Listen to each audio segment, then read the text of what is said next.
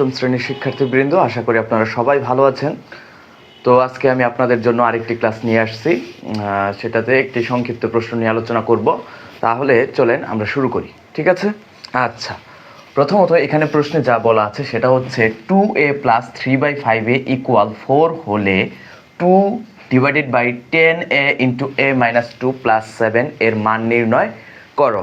অর্থাৎ আমাদেরকে এই মানটা ব্যবহার করে এই রাশিটির মান কি করতে হবে? নির্ণয় করতে হবে। তাহলে নর্মালি আমরা যেটা করি বা আমরা যেটা করে থাকি সেটা হচ্ছে কি?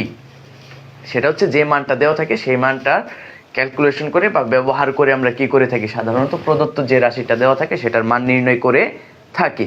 আচ্ছা, তাহলে চলেন আমরা আজকে আমাদের গাণিতিক সমস্যাটির সমাধান করি। ওকে, তাহলে প্রথমে আমাদের যেটা দেওয়া আছে সেটা নিয়ে কাজ করি। দেওয়া আছে 2a + 3/5a = কি দেওয়া আছে? 4 দেওয়া আছে। তো এই ধরনের গাণিতিক সমস্যাগুলো যখন আমরা সমাধান করে থাকি, শুরুতে আমরা কি করে থাকি? লসাগু করে থাকি। তাহলে আমাদের এইখানে 2 এর নিচে মনে মনে কত আছে? 1 আছে। তাহলে 1 এবং 5a এর লসাগু কত হবে স্যার? 1 এবং 5a এর লসাগু হবে 5a। এখন 5 এর কে 1 দ্বারা ভাগ করলে কত হবে? 5a হবে, অর্থাৎ 5a সরাসরি 2 এর সাথে গুণ হবে। তাহলে আমরা যদি 5a এবং 2a গুণ করি তাহলে আমরা কি পাবো? 2 এবং 5 গুণ করলে পাবো 10, a এবং a গুণ করলে কি পাবো? a স্কয়ার পাবো। ঠিক আছে, তাহলে আমরা এখানে কি লিখব? আমরা লিখব 10a স্কয়ার, মাঝখানে প্লাস চিহ্ন রয়েছে, যে প্লাস চিহ্নটা দিয়ে নিলাম।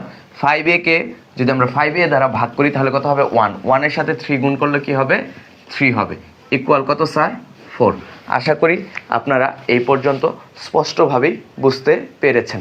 তাহলে এর পরবর্তী লাইন আমরা কি করব? দেখেন, এটা একটা সমীকরণের মতো হয়েছে। এখন আমরা জাস্ট কি করব? আর গুণ করব। ঠিক আছে, অনেকে এটাকে ক্রস গুণন বলে থাকি বা বজ্র গুণনও বলে থাকি, তাতে কোনো সমস্যা নেই। আচ্ছা, আমরা এবার ক্রস গুণন করব। তাহলে খেয়াল করেন, যদি আপনি কি করেন, এই যে 10a² + 3 এই পাশে রেখে দিলাম, 10a² + 3 এই পাশে রেখে দিলাম, 5a কে যদি আমি এই পাশে নিয়ে যাই তাহলে 5a এর সাথে 4 গুণ হবে। 5a এর সাথে 4 গুণ করলে কত হবে? 20a হবে, তাই না? আচ্ছা, এবার আমরা কি করব? দেখেন, এখানে 10a × a - 2 আছে। আমরা এই সমীকরণ, এই অংশটুকু ব্যবহার করে আমরা এটার দেখি এইভাবে রূপান্তর করা যায় কি যায় না। তাহলে আমরা এক কাজ করি, ক্যালকুলেশন করার জন্য 20a কে এই পাশে নিয়ে আসি এবং প্লাসের 3টাকে ওই পাশে নিয়ে যাই। যদি আমরা কি করি, 10a², এই যে 20a এটা এই পাশে আছে, প্লাসের এই পাশে আসলে কি হয়ে যাবে? মাইনাসের হয়ে যাবে। তাহলে 20a আর হচ্ছে এখানে রয়েছে প্লাসের 3, যদি এটা এই পাশে চলে আসে তাহলে কি হবে? -3 হবে। এবার দেখেন, এখানে হচ্ছে 10a² আর এখানে কি হচ্ছে? 20a। তাহলে এই 10 কে 10 দ্বারা ভাগ করা যাবে, 20 কেও কি করা যাবে? 10 দ্বারা ভাগ করা যাবে। তাহলে আমরা যদি এই যে এটার মতো করে 10 কমন নিই এবং এখানে a² আছে এবং এখানে কি আছে? a আছে, অর্থাৎ আমরা যদি 10a কমন নিই তাহলে কি হয় একটু দেখি। তাহলে এই যে 10 এটা কমন নিলাম, তাহলে 10a অর্থাৎ 10a² থেকে যদি আমরা 10a কমন নিই তাহলে আমাদের থাকবে শুধু a, মাঝখানে কি চিহ্ন রয়েছে? মাইনাস চিহ্ন রয়েছে। এই যে আমরা মাইনাস চিহ্নটা দিয়ে নিলাম। 10a দ্বারা যদি আমরা 20a কে ভাগ করি, অর্থাৎ 20a থেকে যদি আমরা 10a কমন নেই তাহলে কি থাকবে? -2 থাকবে। কি থাকবে স্যার? -2 ইকুয়াল কত? -3। আপনি যদি এখন খেয়াল করেন দেখবেন যে এখানে 10a × a - 2 এটা কিন্তু আমাদের প্রদত্ত রাশির হরের মধ্যে রয়েছে। তাহলে আমরা এখান থেকে 10a × a - 2 এর মান কত? -3 যদি এখানে বসিয়ে দেই, অর্থাৎ প্রতিস্থাপন করি, তবেই কি আমাদের এই রাশিটার মান নির্ণয় করা খুবই সহজ হয়ে যাবে। তাহলে আমরা লিখি প্রদত্ত রাশি সমান। আচ্ছা, এখন কথা হচ্ছে এই অংশটা একটু মুছে দিই, না হলে সমস্যা হবে। আচ্ছা, প্রদত্ত রাশি কি দেওয়া আছে স্যার? প্রদত্ত রাশি দেওয়া আছে 2 ডিভাইডেড বাই 10a × a - 2 প্লাসের 7। এখন আমরা কি করব, এখানে জাস্ট আমরা একটু মানটা বসিয়ে দেবো। দেখেন 2 10a ইন্টু a মাইনাস 2, এই যে 10a ইন্টু a মাইনাস 2 সমান কত পেয়েছিলাম আমরা মাইনাসের 3। এখন আমরা কি করব, এই 10a ইন্টু a মাইনাস 2 এর পরিবর্তে এখানে বসাবো কত, মাইনাসের 3, আর প্লাসের কত রয়েছে আমাদের 7 রয়েছে। তাহলে এখন যদি আমরা নর্মালি ক্যালকুলেশন করি, -3 + 7 = কত, 4। আচ্ছা, এবার যদি আমরা কি করি, ভাগ করি, অর্থাৎ এখানে 2 দ্বারা 2 কে ভাগ করলে কত হবে, 1 হবে, আর 4 কে ভাগ করলে কত হবে, 2। অর্থাৎ আমাদের রেজাল্ট আসতেছে 1/2।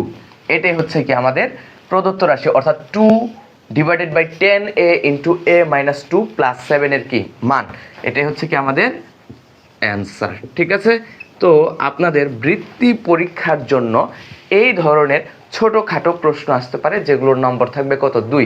মনে রাখবেন, আপনাকে কিন্তু আপনি যে নর্মালি যে পরীক্ষাগুলো দিয়েছেন, বার্ষিক পরীক্ষা প্লাস হচ্ছে কি এই যে আমাদের অর্ধবার্ষিক পরীক্ষাগুলো বা বিভিন্ন মডেল টেস্ট আমরা ইতিপূর্বে যা দিয়ে আসছে, সেখানে কিন্তু আমার অপশন থাকতো, তাই না, যে 8টা সৃজনশীল থাকতো, সেখান থেকে আমাকে 5টা সিলেক্ট করতে হতো, 15টা থেকে কি 10টা সংক্ষিপ্ত দিতে হতো, এবং 30টা নৈবিত থেকে 30টা। কিন্তু আপনি জানেন বৃত্তি পরীক্ষায় 5টি সৃজনশীল আসবে, গণিতে 5টি দিতে হবে, প্লাস হচ্ছে কি 10টি সংক্ষিপ্ত প্রশ্ন থাকবে, যাদের নাম্বার থাকবে 2।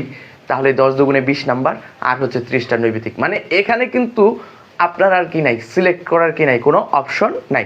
সো সেজন্য আপনাকে খুব ভালোভাবে গণিতে প্রস্তুতি নিতে হবে, এবং আমি চাইবো বা আমার নির্দেশনা থাকবে আপনাদের প্রতি, সেটা হচ্ছে বোর্ড বইয়ের অঙ্কগুলো খুব ভালোভাবে করেন এবং সেগুলো নিয়ে বিস্তারিতভাবে জানার চেষ্টা করেন। পাশাপাশি আপনাদের গাইড বইয়ে যে গণিতের মডেল টেস্টগুলো দেওয়া আছে বৃত্তি পরীক্ষার জন্য, সেগুলো খুব ভালোভাবে সলভ করেন। আশা করি এগুলো যদি আপনি ফলো করেন, তাহলে আপনার বৃত্তি পরীক্ষায় খুব একটা সমস্যায় পড়তে হবে না। সবার জন্য শুভকামনা রইল। খোদা হাফেজ, ধন্যবাদ।